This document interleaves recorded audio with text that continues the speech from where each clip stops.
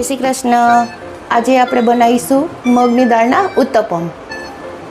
તો ઉત્તપમ માટે આપણે જોશે 1 કપ મેં મગની છડી દાળ પલાળી હતી, એમાં 1 ચમચી મેં તુવેરની અડદની દાળ નાખી હતી, એ બી પલાળીને રાખી દીધી હતી અને 2 કલાક માટે મેં એને પલળવા દીધું અને પછી મેં એને અદરક મરચાં નાખીને પીસી લીધું છે। તો આ રીતેની મેં પેસ્ટ બનાવી છે। હવે એમાં આપણે નાખીશું, એના માટે જોશે આપણે હિંગ, રવો, નમક, કેપ્સિકમ, ટમાટર અને કાંદા। બસ આટલું આપણે ઉત્તપમ માટે જોશે, જે આપણે મિક્સ કરીશું। હવે આ મેં જે ખીરું બનાવ્યું છે એમાં હવે હિંગ 5 ટીસ્પૂન હું હિંગ નાખીશ અને 1/4 જેટલું હું રવો નાખીશ। ધીમે ધીમે આ રીતે હું મિક્સ કરતી જઈશ।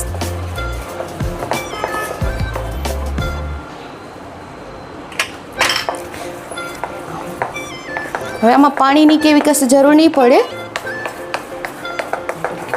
અને ટેસ્ટમાં બહુ જ સારા લાગે છે। હિંગ નાખવાથી આનો ટેસ્ટ બહુ જ સારો આવશે।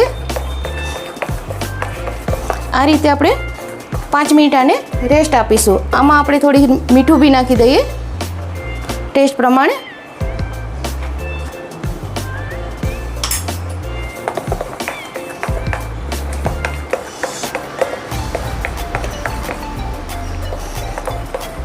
એ હેલ્થ માટે બહુ જ સારા છે અને પચવામાં ખૂબ જ હલકા છે, એટલે આ આપણે ખાઈ શકીએ છીએ।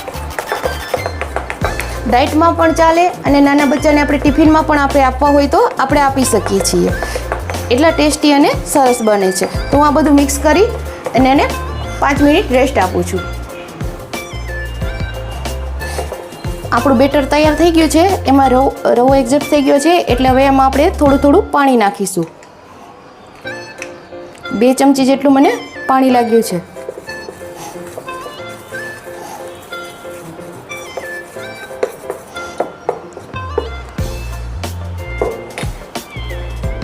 હવે આપણે સ્લો ગેસ ઉપર આપણે મિની ઉત્તપમ બનાવીશું, એટલે એકસાથે આપણા ઘણા બધા બની જશે।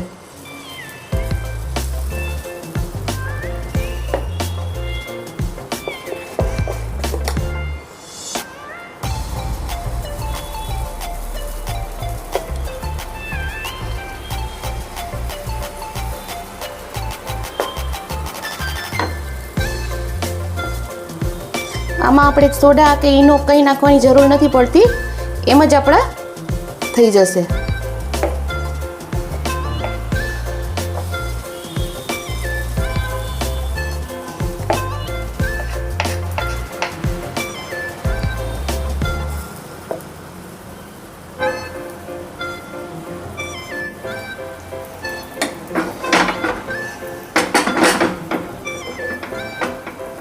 હવે એમાં આપણે કાંદા,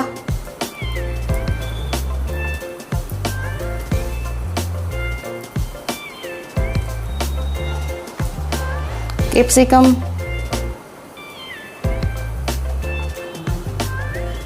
અદરક મરચાં મેં નાખ્યા છે એટલે એમાં હું મરચાં નથી નાખતી।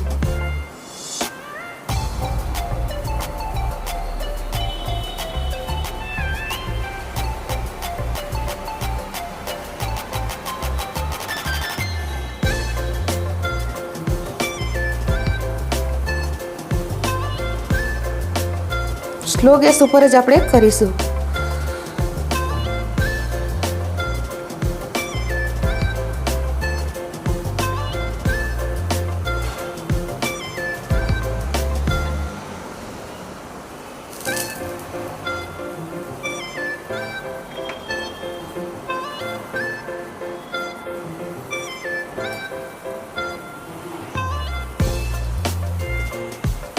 આપણા ઉત્તપમ શેકાય છે ત્યાં સુધી હું સર્વિંગ તૈયારી કરું।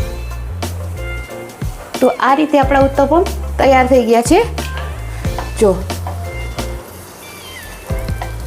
2 સાઈડ સરસ ગોલ્ડન થઈ ગયા છે, એકદમ સરસ લાગે છે। જારી બી સરસ પડી છે। આમાં આપણે કોથમરી બધું નાખી શકીએ, પણ મારી પાસે અત્યારે છે નહીં એટલે મેં નથી નાખ્યું। ટેસ્ટમાં ખૂબ જ સરસ લાગે છે આ। તો એક વખત તમે બનાવીને ટ્રાય કરજો। અને મને કહેજો, કોમેન્ટ કરીને કહેજો કે કેવા બન્યા છે. હવે હું આ સર્વ કરું છું.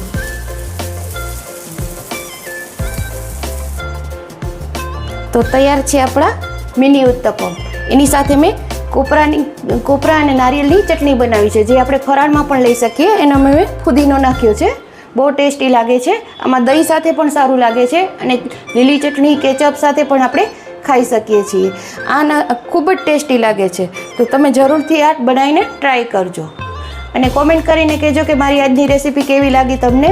જો મારી રેસીપી પસંદ આવી હોય બધાને, તો મારી ચેનલને લાઈક કરો, શેર કરો અને સબસ્ક્રાઈબ કરો.